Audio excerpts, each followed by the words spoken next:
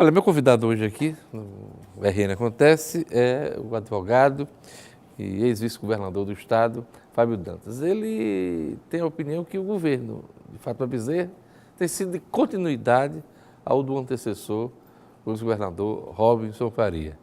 Boa tarde, Fábio. Boa tarde, Jorge. Boa tarde aos telespectadores da banda. Não é muito cedo para se fazer comparações e dizer isso, quer dizer, que é continuidade ao governo que acabou? Olha, eu sou uma pessoa que eu primo muito pela questão, principalmente do serviço público, da questão de gestão. Então, gerir, governar, administrar problemas. Então, não dá para ser diferente. Então, o governante que espera, no poder público, conquistar votos, governando, ele vai passar por muitas dificuldades. Por quê? Porque ele vai fazer a opção, somente no modelo moderno que a gente tem, na economia globalizada, no mundo que a gente vive hoje, os governantes optam muitas vezes pela questão política e esquecem que a gestão muitas vezes desagrada a alguns, mas no final ele vai convergir para melhorar a nossa sociedade. Então, assim, eu não consigo compreender como é que no mundo em que a gente vive, no estado que a gente vive, que tem uma dificuldade gigantesca para vencer as adversidades da sua própria Constituição, da sua própria, como se diz, na própria cozinha do governo, né? O governo tem problemas que são de ordem local, não são de ordem nacional. No caso específico do governo Fátima, por que é que o senhor disse que é de continuidade ao governo de Robinson? Não sei se é de continuidade, mas é um governo inoperante como os outros que passaram, principalmente porque são engessados pela questão financeira.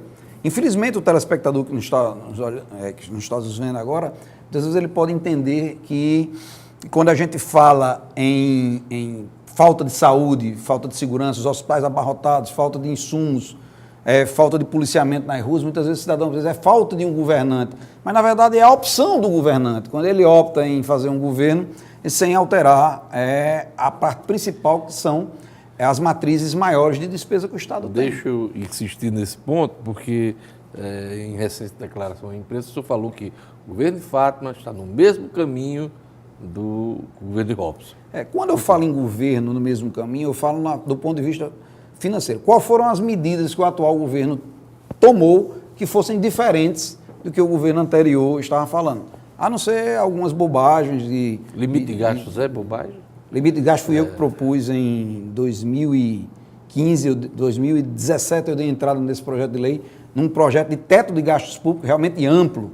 Esse é um projeto que está na Assembleia que visa economizar, gastar... de acordo com a receita. Se crescer 100%, dá 70% de crescimento. No estado em que nós estamos, ele tem que crescer 100 e dar menos 10. Não é 70 a mais. Isso não vai resolver o problema das pessoas. É como se você, cidadão, todo mês ganhasse R$1.000 e gastasse 2. E aí passasse a ganhar 1.500 e ao invés de ganhar 2, passasse a gastar 2.300. Não vai resolver o problema. Então, o senhor considera que as medidas de ajuste fiscal apresentadas pela governadora logo nas primeiras semanas de governo, elas são insuficientes? Ela não tomou medida alguma, a não ser reduzir a carga horária dos serviços públicos, que você chega agora, por exemplo, a abrir uma empresa, a 1h da tarde, a 2h da tarde, está fechando as repartições públicas, então o servidor está ganhando a carga horária inteira para trabalhar menos. Nós temos hoje, sim, que reduzir o crescimento da folha, através, por exemplo, do fim dos supersalários, do fim dos penduricalhos na folha de pagamento de forma que é desumana e desinjusta com a maioria dos servidores, injusta com a maioria dos servidores. Por exemplo, um servidor que é SG na educação ganha menos do que um SG da Fundac, por exemplo. Não é isso que estou dizendo, não é atacar aquele que é menos ou mais, mas é tornar justo o rendimento para todos. E o aumento anual ser linear para todo mundo. Não pode dar um aumento para os procuradores diferente do aumento que se dá, por exemplo, para o cargo de assistente administrativo da secretaria qualquer. É reduzir a máquina pública, por exemplo, criando novas ideias, cada órgão do Estado hoje tem uma comissão de controle interno, mas os processos do governo do Estado hoje não são mais de papel, são virtuais. Então, apenas uma comissão de controle interno, apenas uma comissão de licitação poderia servir para todo o Estado. Assessorias jurídicas em cada órgão, com assessor jurídico, poderia ser apenas uma equipe centralizada para receber todos os processos eletrônicos. A governadora Fátima herdou do governo anterior, do governo, inclusive, do qual o senhor foi vice-governador, e durante boa parte do governo o senhor esteve ali junto do Robson Faria, deixou aí uma dívida de quase 12,6 bilhões de reais de curto prazo. Dívida com fornecedores e dívida com os servidores. Pelo menos 4 folhas aí em atraso. Ela já antecipou royalties esse ano, está pleiteando a negociação dos próximos anos. Só isso já não pressiona a governadora para tentar resolver logo a questão financeira?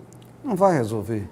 O Estado tem um déficit de mais de 1,5 bilhão por ano, decorrente especialmente das matrizes de folha de pagamento e poderes.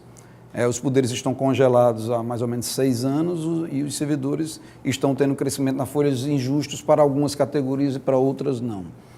Isso não vai resolver. Royalties é um paliativo, como você diz, ele antecipa e deixa de receber no mês seguinte. Então, no mês que ele antecipa, é como o cidadão, por exemplo, o aposentado que vai lá e faz um CDC. No primeiro mês ele vai receber mais, no outro ele começa a receber menos e começa a faltar. Por quê? Porque ele tem que organizar suas despesas do ponto de vista de fazer elas funcionarem. E a maioria das despesas do Estado são muito pequenas e não crescem, muito pelo contrário, reduzem. Por exemplo, a manutenção de hospitais, da frota do governo do Estado, ela é menor que era em 2010. Então o Estado não é esse o problema. Eu vi na campanha política candidatos dizer, o Estado vou economizar 1 bilhão de reais nas despesas que existem, que não são obrigatórias, são as despesas de custeio. Ora, se o Estado só gasta 550, 600 por ano, como é que ele vai economizar 1 bilhão? Isso é discurso de candidatura, de política, não é aí. A ferida é muito mais forte do que isso aí. E o que é que está faltando no ajuste fiscal da governadora, que poderia ser qualquer governador? Aproveitar os projetos de lei que eu enviei para a Assembleia, todas as mensagens, a maioria delas ainda está lá, com exceção de uma que eu considero a mais importante. É só pedir para a Assembleia votar as leis que eu mesmo mandei para a Assembleia nas minhas interinidades. Você falou bem quando você disse que você participou do governo Robson. Eu fui vice-governador e na questão dos ajustes, desde o início eu fui um crítico, quanto mais, nesse sentido. Eu não acredito que política pública existe sem o Estado fazer o seu dever de casa. O governo quer dinheiro do governo federal para resolver os seus problemas. Mas eu penso que fazer empréstimo ao governo federal é para fazer estrada, melhorar hospitais, criar infraestrutura para o desenvolvimento econômico, coisa que o Estado nunca fez. No começo do governo anterior, eu fiz parte da transição. Quem fazia parte da transição comigo era, por exemplo, o secretário de Planejamento do atual governo. Era o Aldemir Freire. Mineiro era o líder do governo. E a política inicial era exatamente aquela, fazer empréstimo para pagar a folha de pagamento. Na época existia o dinheiro da Previdência, que foi usado como uma espécie de empréstimo para pagar. E isso se esgotou. Isso se esgotou, como qualquer outro empréstimo que chegar hoje vai se esgotar. Só concluindo esse raciocínio, o governo inicial, o governo que Robson participou, mais de 10 órgãos e secretarias foram entregues ao atual governo, durante 2 anos, até o rompimento, quando o deputado Fábio Faria votou a favor do impeachment de Dilma. A governadora cortou despesas, a governadora está revisando contratos, a governadora está limitando gastos futuros. O que está faltando? Venda de ativos aqui? Ela não cortou despesas.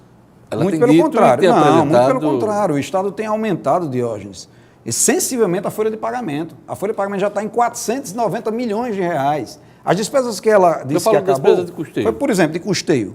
Camarões, disse que gastou 100 mil, contratou 100 mil, só gastou 8 no ano passado. Aí ela acabou contratando. Corte de diárias. Cortar diárias da vice-governadoria, por exemplo, que eu fui vice-governador. Em 4 anos que eu fui vice, eu nunca autorizei uma diária nem para mim, nem para nenhum servidor. Então, esse tipo de coisa é jogar para a plateia. Não existe economia no Estado. Existe muito pelo contrário. Um aumento dado à sociedade, por exemplo... A governadora só está fazendo propaganda, então. Propaganda. Por exemplo, o serviço público funcionar até 2 horas da tarde está dando um encargo à sociedade, porque o cidadão que trabalhava 40 horas por semana está trabalhando 25, 26, 30 horas. O plano de equilíbrio fiscal que o governo federal está assinando aí, o plano Mansueto, prevê aval para empréstimos, mas exige aí alguns ajustes fiscais e privatizações. A governadora vai trilhar esse caminho, na sua opinião?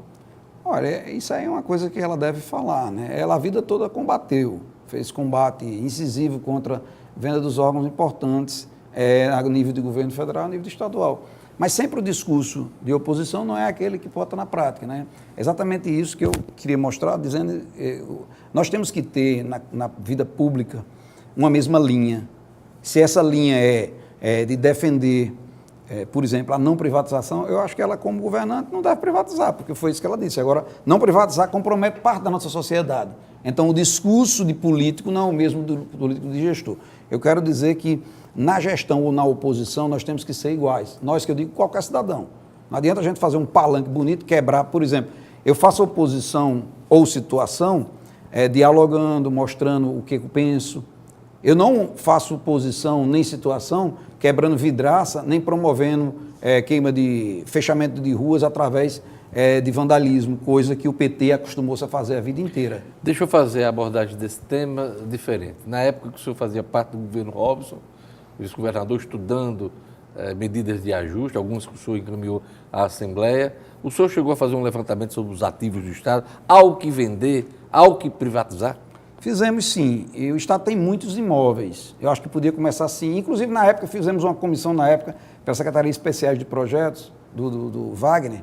Wagner começou a elaborar, inclusive chamou uma parte dos leiloeiros públicos oficiais do governo do Estado para começar a fazer esse trabalho, para tentar vender alguns ativos. Então o senhor vê alguma coisa na área imobiliária? Acho que dá na imobiliária, dá também na outra. Por exemplo, a gente tem no Estado hoje a Potigás.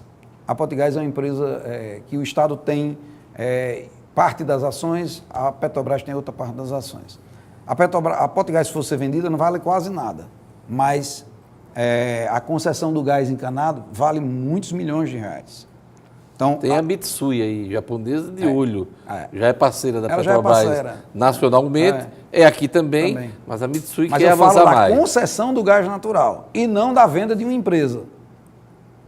A preservação dos direitos de quem está lá seriam garantidos, mas a empresa, a concessão do gás da distribuição do gás, que é o que cabe ao Estado. Por exemplo, nós temos hoje um território, o Rio Grande do Norte tem um território lindo, fantástico, que atrai o mundo inteiro. Porém, nós conseguimos vender nosso estado, porque nossas belezas naturais, embora sendo muito amplas, embora serem... eu vou dar um exemplo, a cidade de Nísia e Floresta. É uma das poucas cidades no mundo que tem 23 lagoas, que tem o mar, que tem a parte rural e agrícola, e que não é tão aproveitada, por exemplo, como Cancún, no México, que também é uma cidade do interior.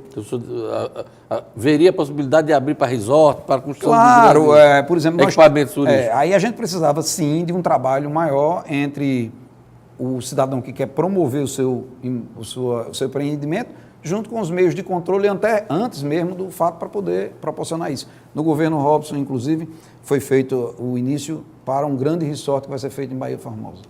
Agora, vou falar um pouquinho de solidariedade, o senhor que faz parte do partido agora, partido que faz planos para o ano que vem, que tem eleição municipal. O que está previsto aí, Fábio? Olha, o Solidariedade é um partido que tem quadros muito importantes do Estado lá. Por exemplo, temos não só o deputado Kelps Lima, que é combativo e foi combativo em vários governos, desde o governo Rosalba, que ele assumiu, até hoje. É o líder do partido. Mas nós temos o ex-deputado Salismar, nós temos Fernando Antônio, que foi candidato a deputado agora e representa um segmento importante do empresariado do nosso Estado. Está vindo o presidente da Federação da Agricultura, José Vieira, nós temos Eliabe, que está lá, Magnólia Figueiredo, temos Laurence, Breno Queiroga, que foi candidato na última eleição.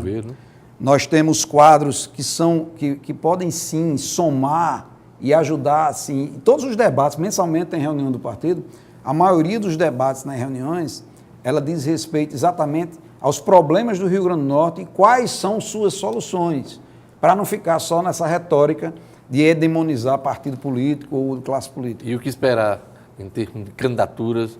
Kelps em Natal, Alisson, o deputado Alisson, sim, queria parabenizar um grande nome que chegou, a deputada Cristiane, que também está lá, mas o deputado Alisson, candidato a prefeito de Mossoró, já está em segundo lugar nas pesquisas. Cristiana é candidata? Não, Cristiana vai ser candidata a prefeita? Não, na próxima eleição não. Em Caicó, nós vamos ter Fernando Antônio, que desponta, ela foi o deputado um dos mais votados de Caicó e da região do Seridó. Nós temos na Grande Natal, o Solidariedade vai ter candidatura em todas as cidades. E Fábio Dantas? Fábio Dantas não vai ser só um opinioso.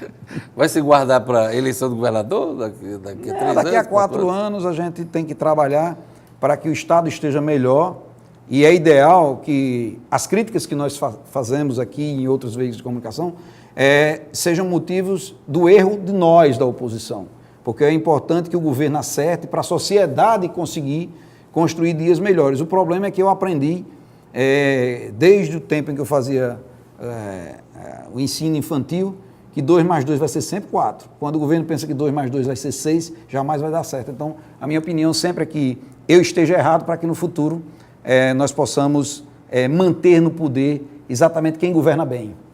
É isso aí. Eu queria agradecer a presença do advogado e ex-vice-governador do estado do Rio Grande do Norte, Fábio Dantas, aqui no RN Acontece. Obrigado, Fábio. Eu que agradeço, Diógenes, e aos telespectadores. Isso aí.